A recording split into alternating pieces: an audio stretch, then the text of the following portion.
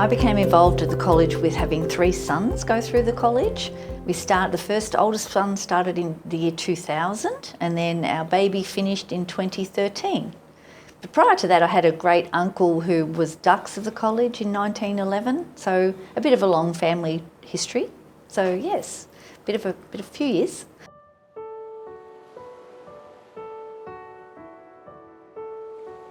Being welcome, feeling welcome around the college is, the first thing we noticed, really starting from when we came to do the information nights, lots of communication. I mean, secondary school's different to primary. As a parent, you're not required as much as to be on site or whatever. But the communication, I think, all the way through was wonderful.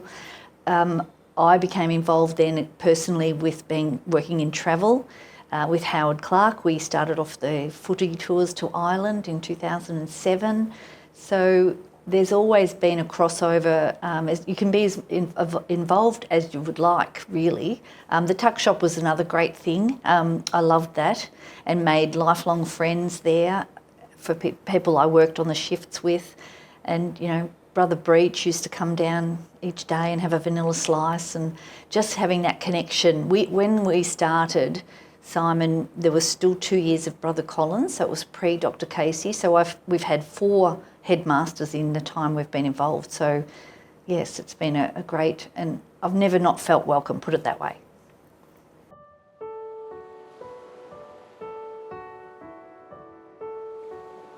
Ireland tour was 2007, yes, and we concocted the plan in the MCG car park at a grand final, sitting out having the barbecue before you go in, and he said he'd love to get to be able to take the boys to play the hybrid game of football in Ireland. And I said, well, if you get the okay, I'll make it happen.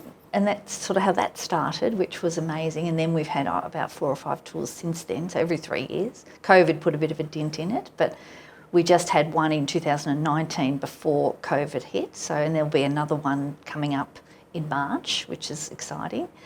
I was invited to join the board, which was a big, personal, I don't know what you would say. I was proud to do that, and I was on the board for maybe 12 years or 13 years or something like that. And I'm still currently on the PR committee, just sort of in my capacity of marketing and things in the business side of things. And I learnt a lot. I'd never been on a board before, so I enjoyed that, and just under the guidance of Dr. Casey, who again is another person who's influenced myself, and I've learnt a lot from him. He's just such a visionary. He was a visionary, he still is probably now, even though he's not.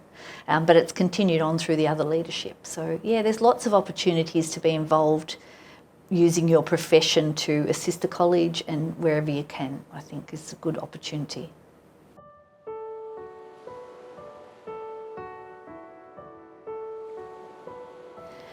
Well, Dr. Casey, having been here for a couple of years before he came, it was at a time when things were tough. It was the college had dealing with a lot of things. Then Dr. Casey came in, with a very strong vision, and he just was a person who could bring people along with the vision. And then he then brought in people to bring that vision to life. Like he was a builder. He wanted to build, and he built all these wonderful facilities the boys have these days, and it's continued on then through the other leadership as well to today. But he brought on someone like Mark Waddington, who was such a great strategic planner and had everything documented, and there was a plan to work towards, and then everyone buys into the plan. And that was probably a period where the school just went from sort of being, just going along to actually going out as a leader and attracting, more accolades to the college, and just giving the boys kudos and feeling like they're part of something a lot bigger, which has always been there. But yeah, I think those few people, like Mark and Peter particularly, together formed the basis of where the college is today, really. Yes. So. You have young boys who attended the college. What do you recall as being one of the proudest moments as a mum, and what has been challenging for you? Well, you're always proud of your boys, and my three just absolutely loved every day they came. They really didn't have a lot of challenges. You know, they had the subject selection, that whole thing. But for me and Roger, was we had two of them be vice captains, elected to vice captains in year 12, which was lovely. And we were so proud. And Simon being the oldest, we were proud. He sort of had a different... he wasn't a vice captain, it was the other two, but he still had leadership roles, and they were all involved in St Vincent de Paul and the bread runs and all of those things where you're in the community. And we were just proud that they joined in, did everything. They're very sporty and they all loved their sport. Simon's challenge, he had subject selection in year 12, and just those key things were probably the main challenges. The fitting everything in. They wanted to play every single sport, and then they're playing their club sport out of the college, and then basketball and everything else, working jobs, and so it was quite crazy. So that was challenging. One sad thing happened in one of their classmates suicided, which was a really big thing. That was a tough time, and the college just wrapped their arms around, as they do, the family, and we knew the family from primary school, so it was personally tough, but there's always things happening to certain families, and that's what the college does so well, is supports and is there to help wherever they can. So yes, that was pretty much that. What opportunities do you think the college has provided your boys since leaving the school? Well, definitely the education and the all-round, the Edmund Rice charism of, being a good man in the community and in society and contributing. It's not just about academics. The three of them did go on to university and have good careers, and they learned how to study and how to apply themselves, and were given the opportunity and every opportunity to learn, but not just academically. As I said, it was more how to be good men and how to support others and help, and all that kind of stuff. So it's kind of the whole ethos and that charisma of it, Blessed Edmund, is definitely evident in the three of them. Fabulous.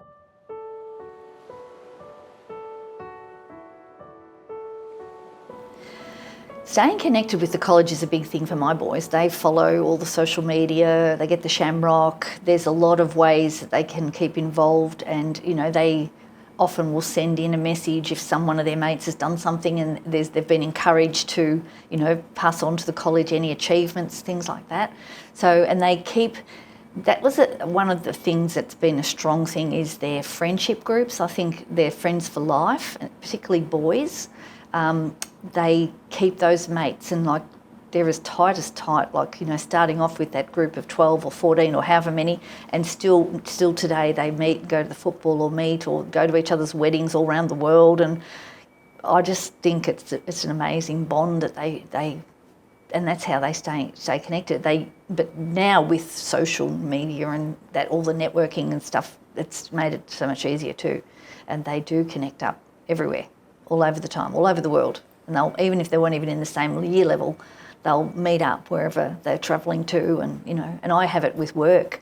I still do work for boys that went on the footy tours that I got to know back years, and they'll send me a message if they're stuck or can you help or whatever, and honeymoons and things like that when they want something special. So it's kind of nice, that whole connection, and there's so many ways to do it through the social media these days, and the college does a great job of it, just connecting in all the reunions and that sort of stuff, keeping that going. And I think having that structure of reunions is fabulous.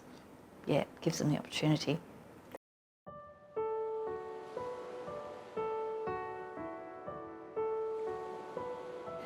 We sent our boys to St Patrick's College mainly because they wanted to come here firstly. It was the big, at our period of time, maybe not so much Simon, but as it went through the years, it was the place to be, for a boy, especially if you were sporty and things like that. But they did their musical instrument, but they're not totally musical, but they did it for the first couple of years, and the languages, and even though it wasn't necessarily them, but I think it pushes them out of the comfort zone too, to do other things. But for us too was more about the tradition and being Catholic as well, being the faith, I think the faith is important to have that basis, and to learn that you're part of a much bigger picture. It's not just you by yourself, and we're in a community and we're here to help each other, and just that whole ethos. We'd had primary school Catholic and as well, and just, I don't know, just having something more to hang on to, that, you know, so there's more to life than just, you know, money and power and all that. It's a whole different understanding of helping one another and caring, and just, I think the whole package, and the tradition, and I think that's pretty much the combination of everything, really. And the boys were more than happy to come and they understood all that too. Yeah, and of course the opportunity to play any sort of sport for St Pat's was a big draw card for them. And and just the grounds. I mean, it's a beautiful campus college, you know, the facilities they have. You know, Simon probably started with 2000 where there wasn't a lot, and that's when Peter stepped in 2 years later and took over as being the first non-religious brother principal or headmaster, and he had a big job ahead of him to you know, bring things forward and lift the heads again, because the whole Royal Commission thing had happened, and the brothers were just so had lost their spirit, like, you know, to the community out there, you know, was very difficult times.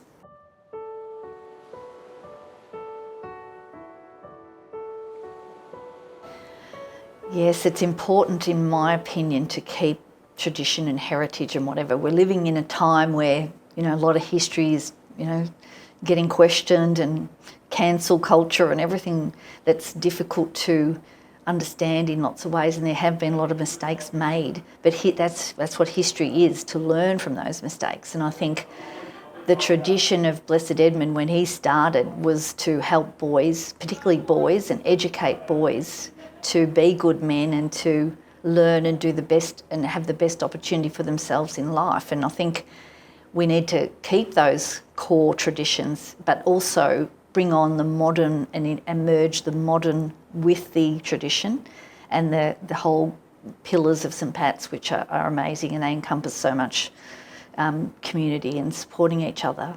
But it's a matter of marrying modernism with the tradition and not losing what there was, because in another 130 years, if you go away from what your core is, your way gets muddied and lost. So you sort of need to build on what's here, and then just, you know, bring everything, give the boys all the modern ways of learning and that sort of thing, but not throw sort of the baby out with the bathwater, if you know what I mean. I think it's a challenge. It's a challenge for today's leadership, but I think it's one that they can do. And the faith too.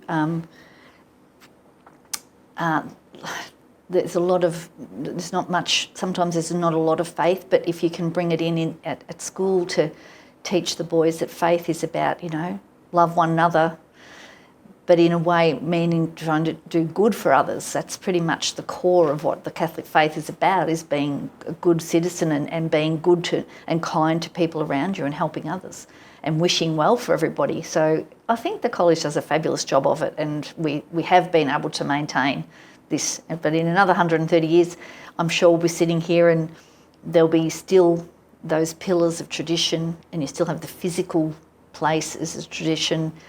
Yeah, so I think honouring both and bringing it all together into a future is where the college has done it till now, and they'll still be doing it in 130 years, I'm sure.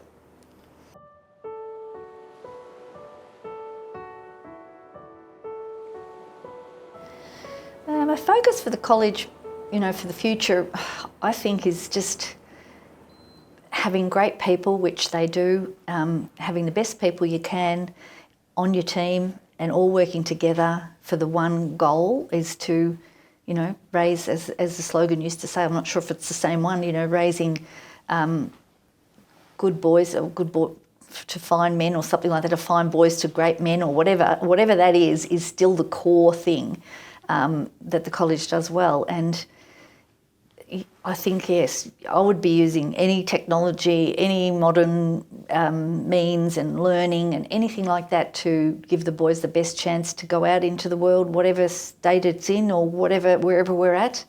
Goodness knows what we'll be doing in 130 years. I don't know, we won't be here to see that, but it'll be, I just think just combining the best of intentions and the best support around the boys. They've got a lot more to cope with socially and culturally at this period in time. There's a lot of challenges. COVID's thrown up so many challenges to people, and that lockdown, we've never had that before, so I can't only imagine what that's like, trying to handle the boys and certain ones that have had, it's just been a really big challenge, and it will be probably for the next, X amount of years, 10 years or more, to deal with having to, learn at home and all of that period of time, which was a struggle. But yeah, I just feel we've got to be open to anything that's going to assist and make things better, but still maintain who we really are at the core, who the community is. If you could change one thing, what would it be? If I could change one thing, maybe the whole history of the sexual abuse, all that. If I could change that and wish that didn't happen to those, that the victims especially, it's a lifelong thing that they have to bear, and we have to bear it as a community. That would be, if you could go back and change that, that would be good. And it just, it's just an awful thing that happened, but humanity does some terrible things over history, and we just have to learn and make sure it never happens again.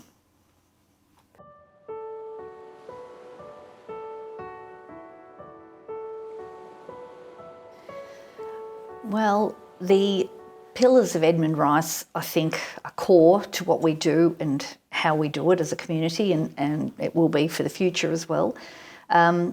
The compassion, I'm not sure, they change a little bit over the time. When my boys were here and we were here, joy was right up there, and finding joy in the little moments of life. And I think that can be, was one of Blessed Edmund's things, that because the opposite to that is despair, and that's where we have a lot of young people seem to, can't find any hope in things and the future and that sort of thing. So the community, all that type, the pillars as they are now today, it just embraces people and gives you a bigger picture to guide you, I suppose, and give the boys something to hold on to in life when they leave here, where the challenges come. They come all the time, and sometimes you've just got to come back to what's in your heart and those core values over the 6 years, if they've spent, or whatever time they've been here. They're through everything. They're through all the learning, and every celebration of the college, they're there, and they bring the boys, and I'm sure they study them and do other things with them in the classes. But yeah, I think it just gives them something else to hold on to. Besides, life can be very challenging and throw a lot of things at you. But if you can come back to knowing that you're supported and that people love you, and that you've come from a community where you can pick up the phone and maybe call a mate or do whatever, I think, that to me would be how important they are in life. I think it's,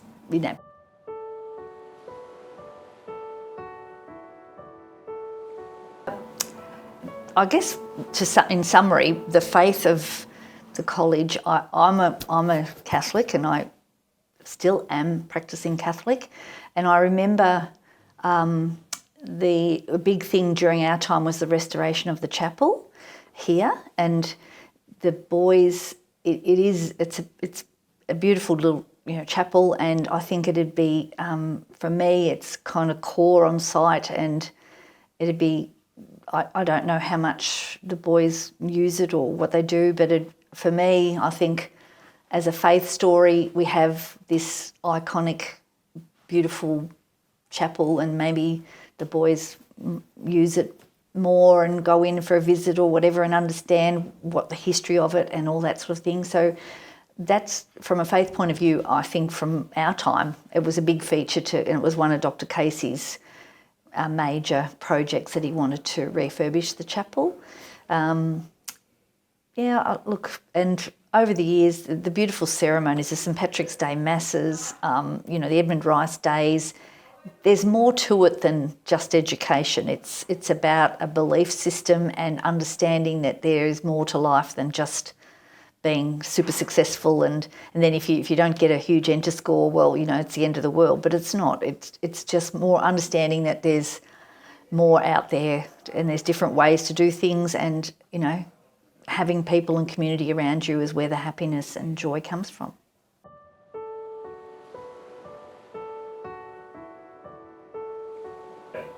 If I could say anything or a couple of things to the current students who are here at the college, always remember that the mates that you make here and the connections, even the teachers, your favourite ones, whoever, always keep in contact and have their numbers, and when things are tough, just give them a call and catch up, and always turn up at the reunion. Just keep the connections open, because you just never know one day who you're going to need, and they may need you too. So, always be there for them, and you'll find that, my boys have still got their mates from year 7 and gone all the way through. So it's great for me as a parent and us to see the boys coming around and see them get married, and then they, fly all over the world, connect up with each other in a bar, even if you're not even in the same year level. It's like Paddy boys are Paddy boys, no matter where you are in the world. So always remember that.